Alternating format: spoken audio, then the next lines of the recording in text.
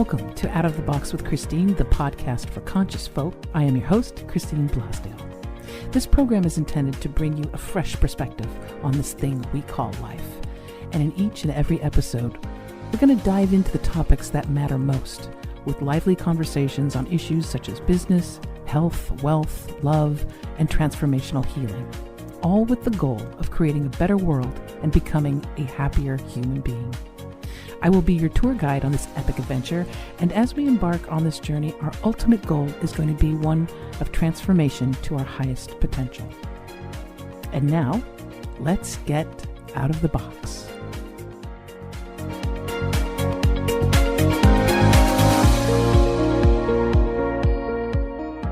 Hello, everyone. Welcome back to Out of the Box with Christine. I am your host, Christine Blasdale, and I'm really happy that you tuned in today because I have a very special guest that I've been wanting to have on the show for quite some time. But life and craziness and things have been happening around, well, in my world and in the world in general.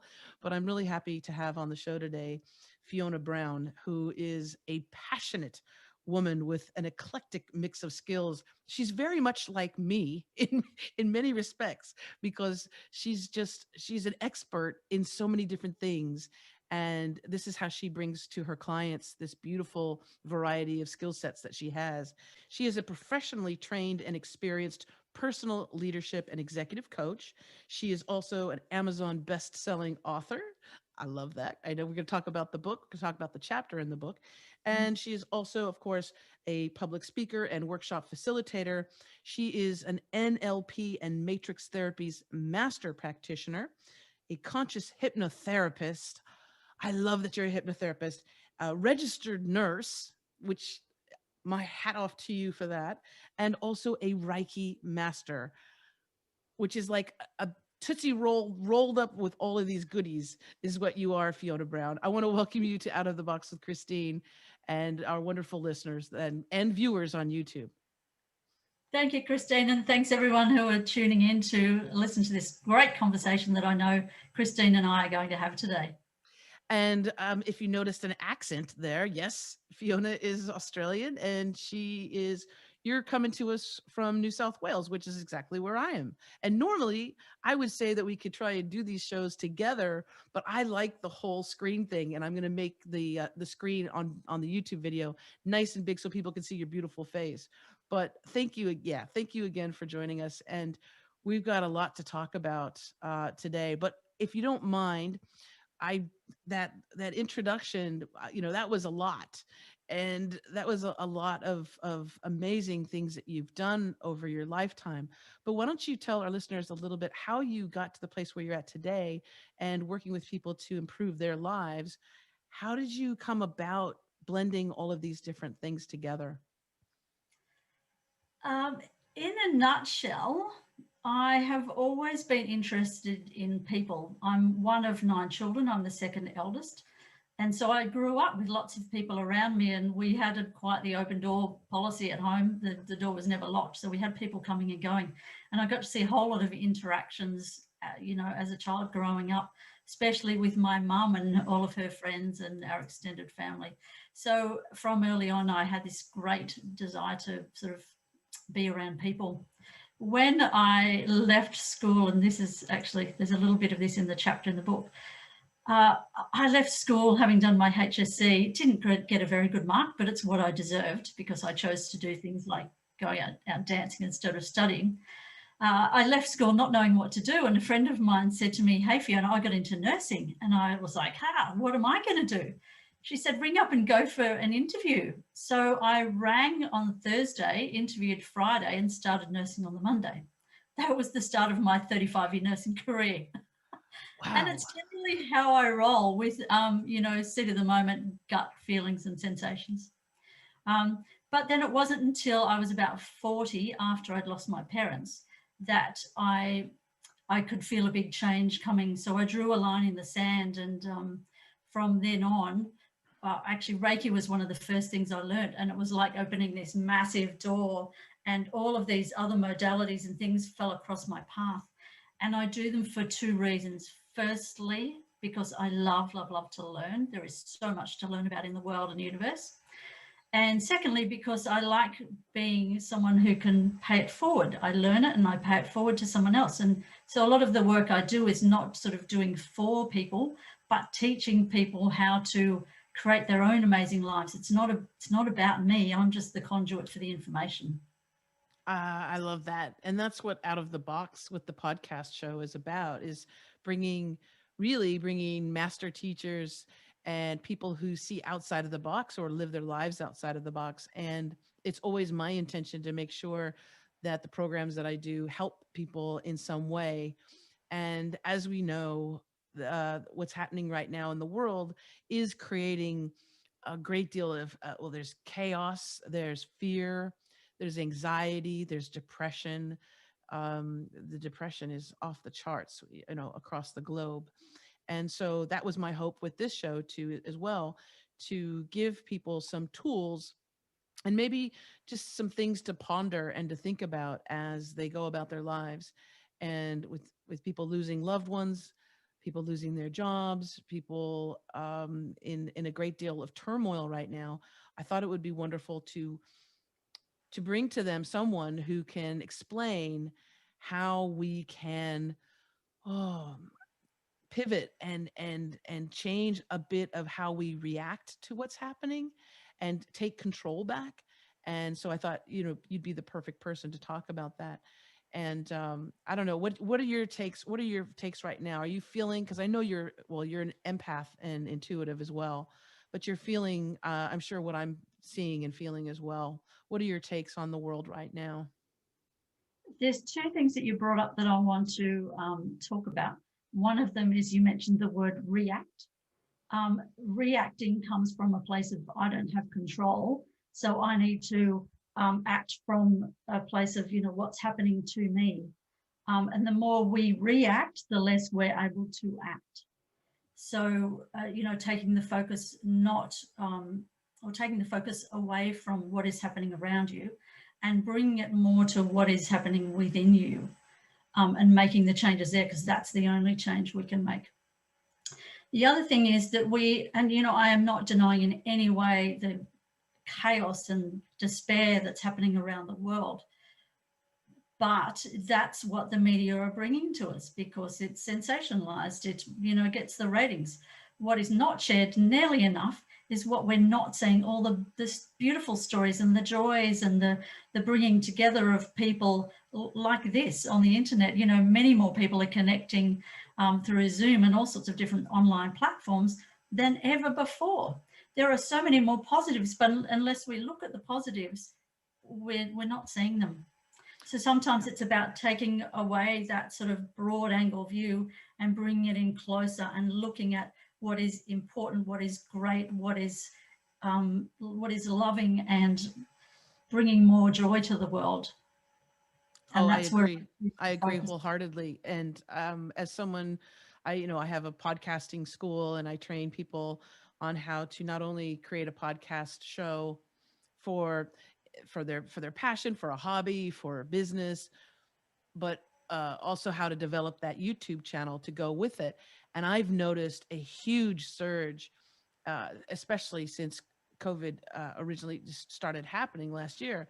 I've noticed this huge surge of really amazingly, I mean, talented, gifted people who want to communicate with a broader audience instead of just within their immediate circle, their family circle, their friend circle, or even in their community. They feel this urge and this need, this passion to get their wisdom to either entertain, uplift, inspire, motivate, or to educate, to get that out into a wider audience. And that's why there's this explosion of people creating podcasts, because I think that that need to be able to contribute something is just such a driving force.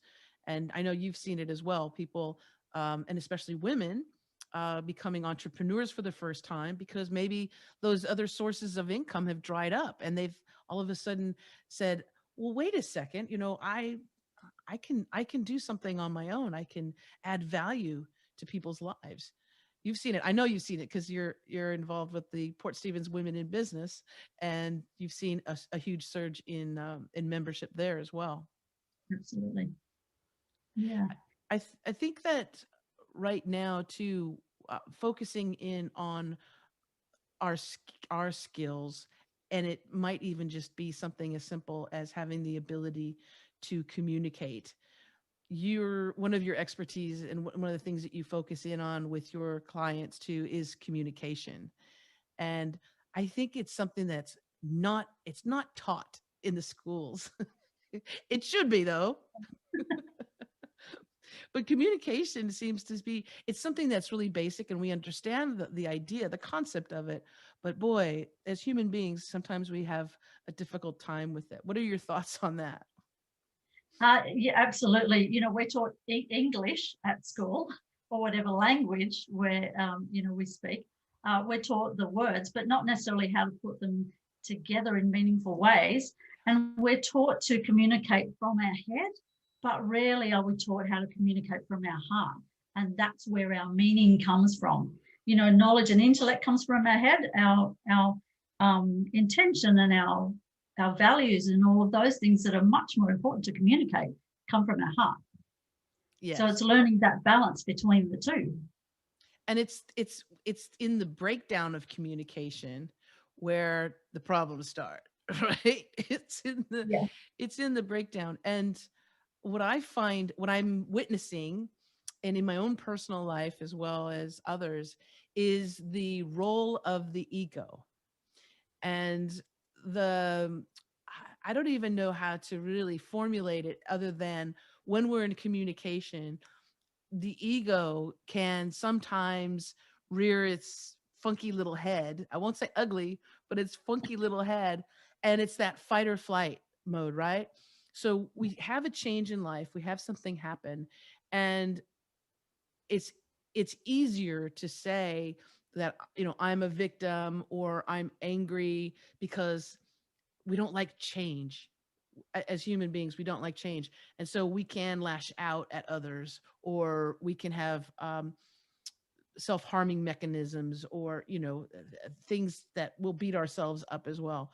But the idea that change is actually something that can be good and positive, when it's happening to you, it may not feel good and positive. But let's dive into that a little bit, and maybe even if there's any not analogies, but any stories related to your own life where something majorly changed in your life and caused you, like a curveball got thrown at you, and how you reacted and adapted to that change. Sure. So probably the stories that are most significant to me around change, the experiences that I've had with death, which is losing both my parents when I was only in my mid-30s, but also as a nurse, being with people in their last moments, dying. Also, I came across a truck accident where two men were killed. Well, they were alive when I got there, but died just after. So, being around death has caused me to really reflect on what's important. And one of the things that really drives me is to live a life where, when I get to the end of it, I have as few regrets as possible. But to avoid regret, we've got to live and in a way that is meaningful to us. And to do that, we have to express and share that with others, because we're not islands, we don't live alone. So, whenever you're, in collaboration with people that you work with, or even with your family and friends, you have to communicate in ways that enables you to land your message in a way that is intentional, that lifts both parties up, that gets the message across clearly, and, has a positive outcome. Yeah. Well, you said a key word there for me, which is intention. There's two things that have been my guiding principles in life, and I think it was instilled in me at a very young age because my grandmother was and is still a very important person in my life, because oh my goodness, she instilled in me the concepts of intention and integrity. And those two things are, and authenticity as well, but that integrity and intention, I found at a really early age, when you do have good, pure intentions and you have integrity, in other words, you mean what you say, you're not trying to hurt others, you're actually trying to help others, and in some way, that it's quite magical what can happen. So you can turn a situation that is negative or considered a negative, and you can turn it around to make it a positive. And so I'm wondering, Mhm. when you were young, did you have someone who was like a grandparent or an aunt or a family friend or parent that that that connected with you on that level? I would say it's got to be my mum, although I didn't see it at the time. It's very much a hindsight thing. Um, maybe it's because growing up was busy. There was always so much happening in our house that, we didn't have a lot of time to be alone to reflect. You got 9 kids in your family. So I really value space, and not just space, physical space, but space in terms of my mind, and space in terms of my words. And when I'm talking about communication with people, say there is so much power in a pause. As a radio and podcast professional, I know this. Yes, I know you know. that So pause, that pause can be so dramatic and so powerful. It could also make my technical engineers at the radio station very nervous, because they would think we went off the air for a split second. So they'd be like, why is she pausing? Because the guest just said something extremely yeah, powerful, and I needed to take that pause. But yes, it's yeah, yeah. and So my mum was really instrumental in that growing up. Mm, and yeah, it's there's so much power in our words. I'm astrologically speaking, I have like 5 planets in Scorpio, so I am very well aware of the power that our words have. And with this, with our mouths, we can say something that is so beautiful and so uplifting and so loving and so gorgeous.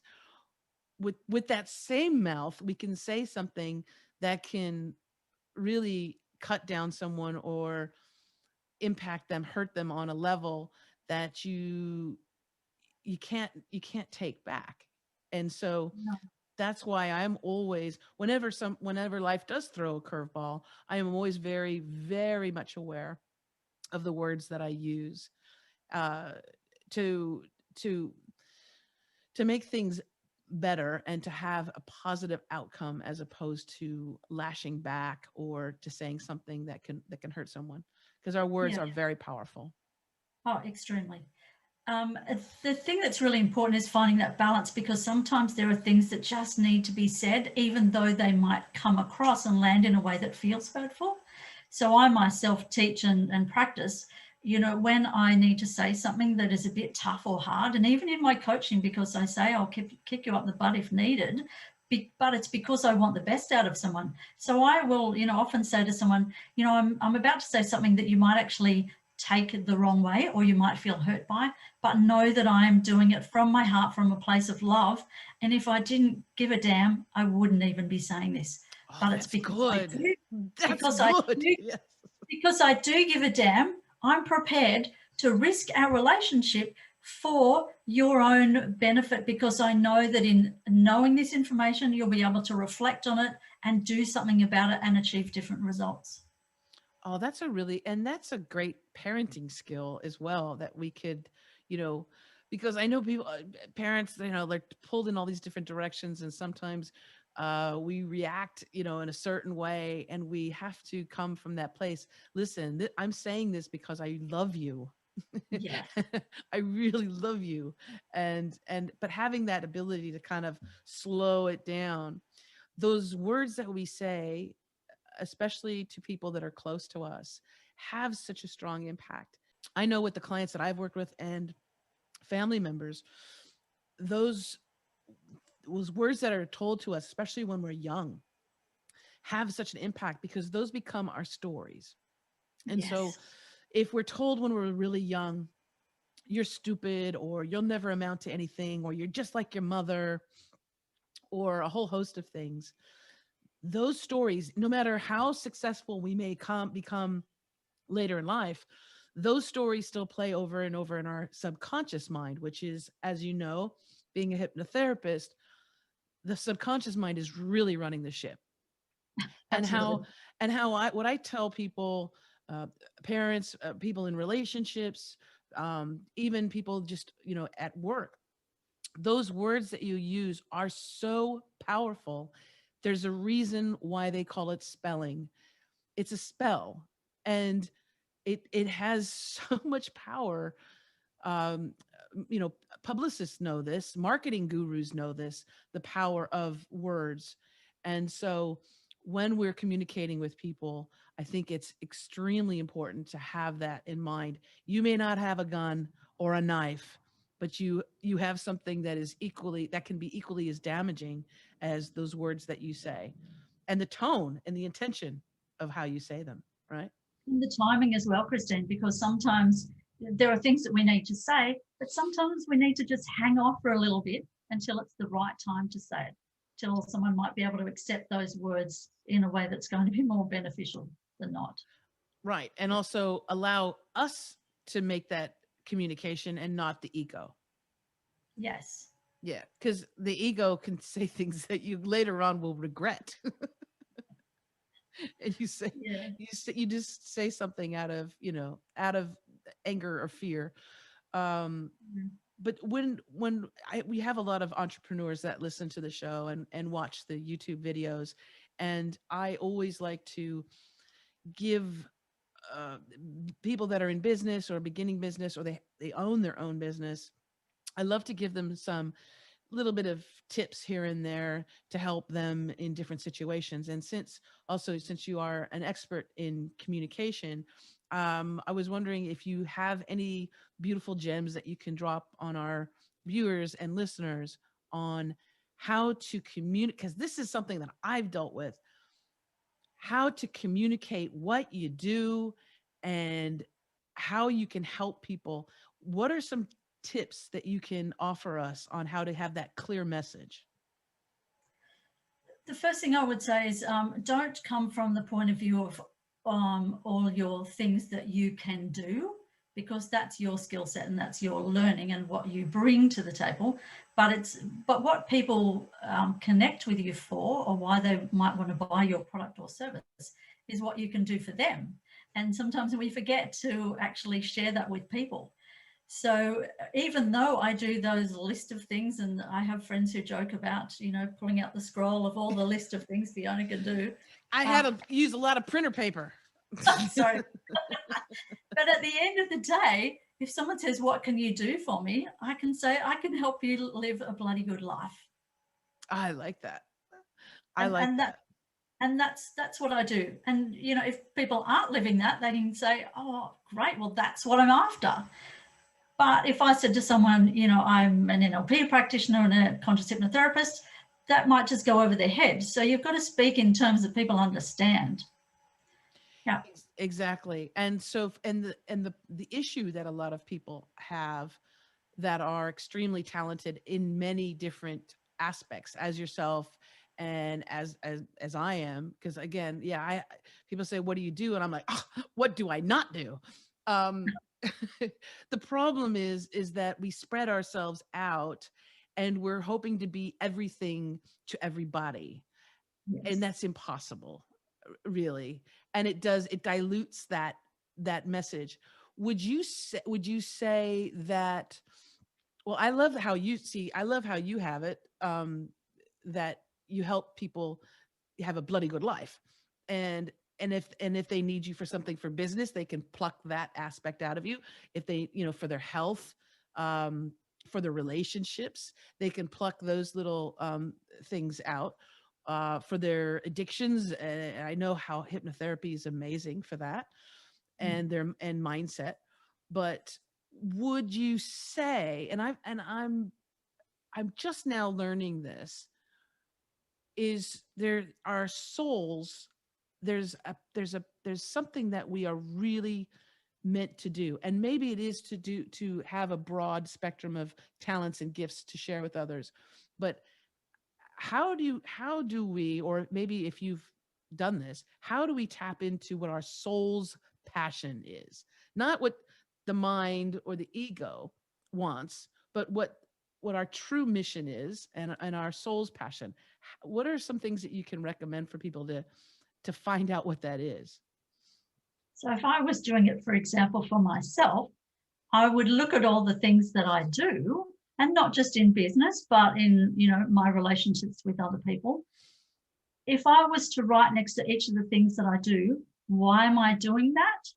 I would probably find that they're all the same reason. Mm, Therefore, it is my why. So why I am here is to, um, help people live bloody good lives. That is my why. Um, all the other things are the how. And the thing that I find is we ask the wrong question of people. We say, what do you do? We do gazillions of things every day. But how do I bring value to the world is a totally different question. How can you help me is a totally different question. yes, yes. Hmm. And it varies for different, for different people. We had touched on it a little bit earlier, that with this explosion of podcasts, and also YouTube, people starting their own YouTube videos and things, that the ability to share our gifts with the world is becoming easier and easier. And at the same time, we have those outside messages, as you mentioned in the beginning of this broadcast. The media and the news is focusing in on a lot of those triggers, the fear, anxiety. um, they have a saying, if it bleeds it leads. Horrible saying, horrible, but it's true, because there's not really a lot of newscasts that focus in on good, positive, happy stories. uh Yeah. but that said, this renaissance that we're witnessing is something that I think it needs to be supported, and allowing people the opportunity to share their gifts with the world. It's really at a time, it's unlike any time in history, because you yourself are a best-selling author. I'm a best-selling author. And a few years ago, we couldn't do this, because you had to go, right, you had to get an agent. You had to beg a big publishing house to pick up your manuscript or pick up the book. But now there's self-publishing, there's hybrid publishing, right? So our ways of communicating and overriding that noise of the media, that's getting easier to do. I'm wondering what you see, if you see or think of the future, um, of our abilities to actually help and share our gifts with the world. If it's gonna get even easier for us to do this. I think it will get easier. I feel like the pendulum's starting to swing the other way, but we need to keep the momentum going. Absolutely. But we can't do it without starting with ourselves. And that's why I do personal leadership coaching, because we can't lead others well if we can't lead ourselves very well. So being able to live a life in a way that you're designing, that you're creating so that you can achieve what you want, you're being a positive influence for others. So the more people do that, the greater the ripple effect, and that's where the momentum will build and swing towards more of a world where, we're working for the good and not focusing on the negative. And I like that idea too, that you can't help others until you help yourself, Yes. right? You need to be solid in yourself, and this is an actually really good time. I i would suggest it's an awesome time to not only upskill and learn those things that that you love and that will benefit you, but also to take inventory on those things that we need to perhaps work on. And for me, it's I'm very much in my head. I'm a thinker and a creator and an idea person. I'm an intuitive. So when I work with people, I have ideas that come up and I see it. But the other aspect, because we're holistic beings, is the physical body. And so for me, my challenge has been to get outside of my head and to go more into my body. And so I'm starting with just baby steps, but I'm starting with, a little bit swimming and doing some yoga. I hate the downward dog thing. I tried the yoga. My body doesn't like it. Pilates.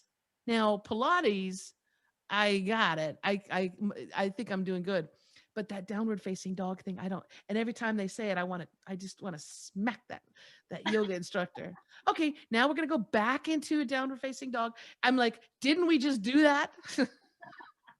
But what I'm saying is that it for me, I'm taking the time to get a little bit more into my physical body because let's face it, the COVID-15 turned into 2025, and I want to get back into my body right now. What about you? What are you doing? Oh, I do Pilates 2 or 3 times a week, There you go. and we occasionally do a downward dog, and that's cool. Um, I won't I hold go that against you. I go for walks on the beach with my husband. And if I'm not walking with my husband, I go for a walk by myself. And sometimes I call a friend or FaceTime a friend who's from the country, or any of my many friends from the country, and FaceTime from the beach. So we can have a conversation and they get to share the joy of the ocean with me. So I like to do that. I read a lot.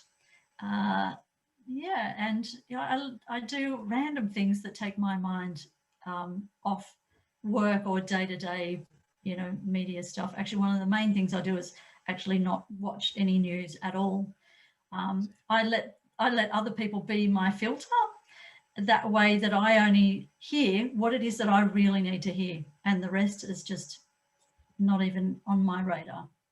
Yeah, I don't. I need to watch the news. I I I don't watch watch I don't watch television. I do we did get a gift for Christmas of the entire seasons of Wentworth, which for Americans, you gotta find Wentworth because it's a very powerful series about women in prison in Australia, and I was like, oh my goodness, I'm addicted to that. But I don't watch I don't watch television. Part of it is because mm, I like to be in control of what is coming at me.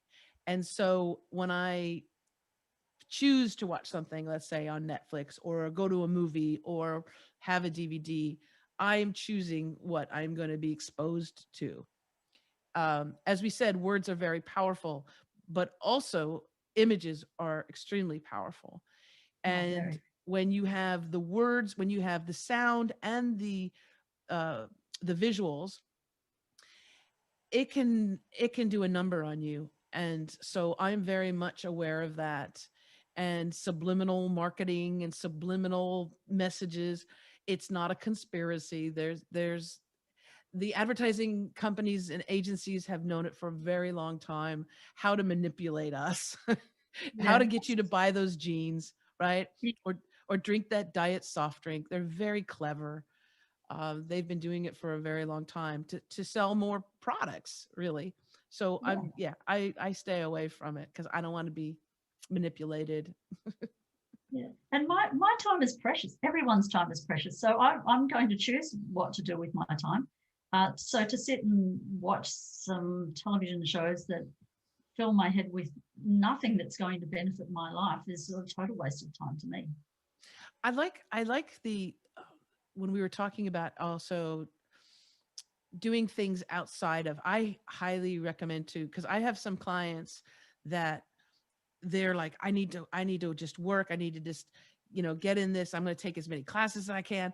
I'm going to try and get as many clients as I can. I'm just going to, and having play, incorporating play and whatever that is to somebody, but having that ability to step away from that business model, and also it can create a bit of desperation, and that desperation energy is not good either. But to be able to have that element of play, or if it's going to a Pilates class or taking a walk on the beach, is so vitally important. I cannot stress that enough. For me, I find my heaven when I'm in the ocean, when I'm just completely at one with the water, and I'm able to, it seems like everything, nothing matters except for that exact moment. And there's something about the salt water. I think it's negative ions. It sounds the opposite of it, but I think it's the negative ions in the ocean water that actually make you happy. It's, Yes. yeah, Helps it's, clear your field. yes, it's something, and I think we're born in water. We're mostly made up of water, right? So, Yes. it's, but that's something that I try and do as well. And then also, what I found, Fiona, I don't know if this is true for you, when I'm doing something like that and floating in the ocean, or I'm at a pool doing my laps, right? Those rhythmic laps, ideas and concepts, solutions, but really clever, like amazing ideas come to me in those times, and not I when agree. I'm sitting there pounding on a keyboard trying to force, to create something. It comes in those moments. Does it come for you like that? Yeah, every morning in my hot thinking space in the shower is where a lot of my ideas come. I love that. I'm going to go to my, I'll be right back, honey. I'm going in my hot thinking space. Yeah, nice hot shower. That flow of water, the flow of energy, the flow of ideas, it all flows there. Yeah, starting and afresh. and a great practice to do too, and especially if you have if you're going through a lot of stuff, or if you got into an argument, or there's a lot of caca being thrown at you for whatever reason, is when you do step in the shower, is to consciously think that the water is literally like washing away. If somebody gave you, an evil look, a dark, stare, or said something not so nice to you, it's really lovely to actually visualize the water cleansing it and washing it away, and you bless it. You know what? Say bye Mhm. bye and bless it, because it's what we hold on to that also harms us so much. And I know, I've had many people in my life who've held on to anger and grievances, and uh, it's affected them not only mentally but physically. Our bodies, just with holding on with that, the trauma sometimes too, holding on to that can affect our physical bodies greatly. And I just know that it's so much better to be at peace with yourself and to let that stuff go. Yeah, absolutely. It's not easy, but sometimes you have to let it go. Yeah. It's in our best interest to let it go. But yes, it's not always easy. There's a couple of times a day that I find really powerful in helping you embed information and new learnings and patterns of programming into your unconscious mind. And we can all do this because twice a day minimum, we're all in a very similar state to we are when we're in hypnosis. And that's as we're waking up in the morning and as we're going to sleep at night. So those two times, if you can fill your mind with beautiful images and positive affirmations and words of wisdom, keep your desires and yearnings front of mind, then we go to sleep with that and then we wake up with that. And so it's a great way to start our day as well.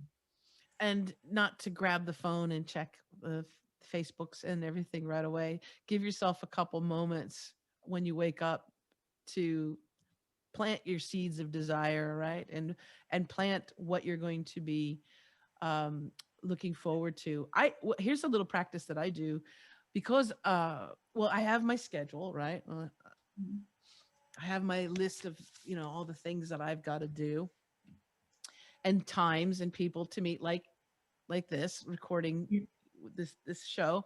So I have all my list of things to do, but upon awakening, what I like to say is that the people, the things, the communication that I don't know, that's not planned out, that's not written down, it's another opportunity for those to come forward, and whatever is for the highest good for all is going to make itself known to me. And sometimes it might even just be going to the store, going to the grocery store, and you meet someone or you see someone as you're walking in that maybe it's an elderly person, then they need assistance. There's a Mm. connection that we can make that's not on our diaries, it's not on our planners. It's in the everyday that we have, and people that we meet that may not be able to do something for us, but they're able to do something really powerful for us. Do you know what I'm saying? Yes, yes. We can plan our day, but we never know what it looks like or what it's going to look like at the very end. And so to let your day unfold a little bit, keeping space for the universe to flow through you and present all of those great things to you is really, really important. There's something that I sometimes say at the beginning of a day. And although I was raised a Catholic, Catholicism is just part of my spirituality. So is Reiki, so is hugging my friends, so is, walking on the beach. All of those things make up my spirituality. But there's one thing I say, and it's, God or universe, today let my hands be your hands, let my heart be your heart, let my words be your words. Oh, that's so Mm. perfect for today. Talking about the power of words and communication. That is beautiful. And that's a beautiful way to end this show. I want to let listeners know too how they can get in touch with you. You have a thriving coaching and healing practice at Utopia Wellbeing. It's called Utopia Wellbeing, and the website is Utopia, and it's you like you, YOUTOPIA wellbeing.com, utopiawellbeing.com.au. You got to add that on there because she's in Australia. She's based in Australia. So it's utopiawellbeing.com.au. We'll have the link in the show notes. But you wanted to also offer our listeners a little something, right? On my website, anyone can book in for a free half an hour chat. And I've been able to help many people in that free half an hour without them needing any more sessions after that. And that's the thing. A lot of people think creating change needs to be long and tedious and take forever and be hard and difficult. But sometimes change can happen in moments. So there's that opportunity for people to create some change in that half an hour time slot. Anyone who has that free half an hour session and books coaching sessions with me, who mentions Christine's Out of the Box podcast, I'll be giving 10% off coaching sessions. I also want to offer listeners a PDF copy of the chapter that I wrote in this book, Change Makers, that was a collaboration of stories from 25 women that became a #1 Amazon bestseller recently. So I'd like to offer that to your listeners as well. Ah, that's wonderful. Thank you so very much. So they're going to get the chapter that you've written. They'll get that, and they can book a complimentary 30-minute session, which is absolutely beautiful because it's your energy and your time. And I'll tell you something for our listeners and our viewers. If while you were watching this or listening to this, you got those goosebumps that's how I live my life is through my goosebumps. It's my roadmap. But if you got those goosebumps, if you resonated with what we were talking about today, or you just resonated with Fiona and you're like, there's something about her that I need to know more about, or my soul is saying you need to reach out to her. I want to encourage you to take her up on that beautiful gift of 30-minute session with Fiona. It will definitely change your life. It'll impact you in a great way. So if it's about business or personal development or health and well-being, please do take advantage of that. And it's not a mistake or coincidence that you're watching this or listening to this. It's because you needed to see this. You needed to hear this. So please do take action and go to her website and book that session, that 30-minute session. It's utopiawellbeing.com.au. The link will be included in the show notes of this program, so you can check her out and find out all the wonderful things she's doing. Fiona Brown, I want to thank you so very much again for joining us on Out of the Box with Christine. You are just an amazing human being, and I'm so happy that you're in my life. and my wife's life. And let's look forward to an amazing 2021. Let's get this stuff going. Let's help more people as much as we can. All right. Well, that's my intention, Christine, that's for sure. All right. Thank you very much for having me on your show. My honor, my pleasure. And I want to thank you, wonderful listeners and viewers, for tuning in today. If you want more information about this podcast, you can go to outoftheboxwithchristine.com. If you want more information about me and my coaching, you can go to christineblasdale.com. All those links will be included as well. And remember, if you're subscribing to this on YouTube, please click that bell so that you can be notified of future programs that come up. Until next time, as I always say, please remember to think outside of that damn box. Bye for now.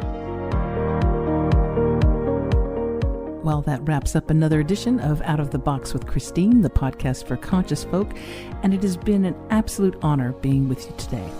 For more information on this program, please visit outoftheboxwithchristine.com. And if you'd like to book a private coaching session on how to expand your business or how to create your own podcast, feel free to contact me directly at christineblasdale.com. That's christineblasdale.com. I would love to help you navigate this journey called life. Until then, remember as always to think outside that damn box. Bye for now.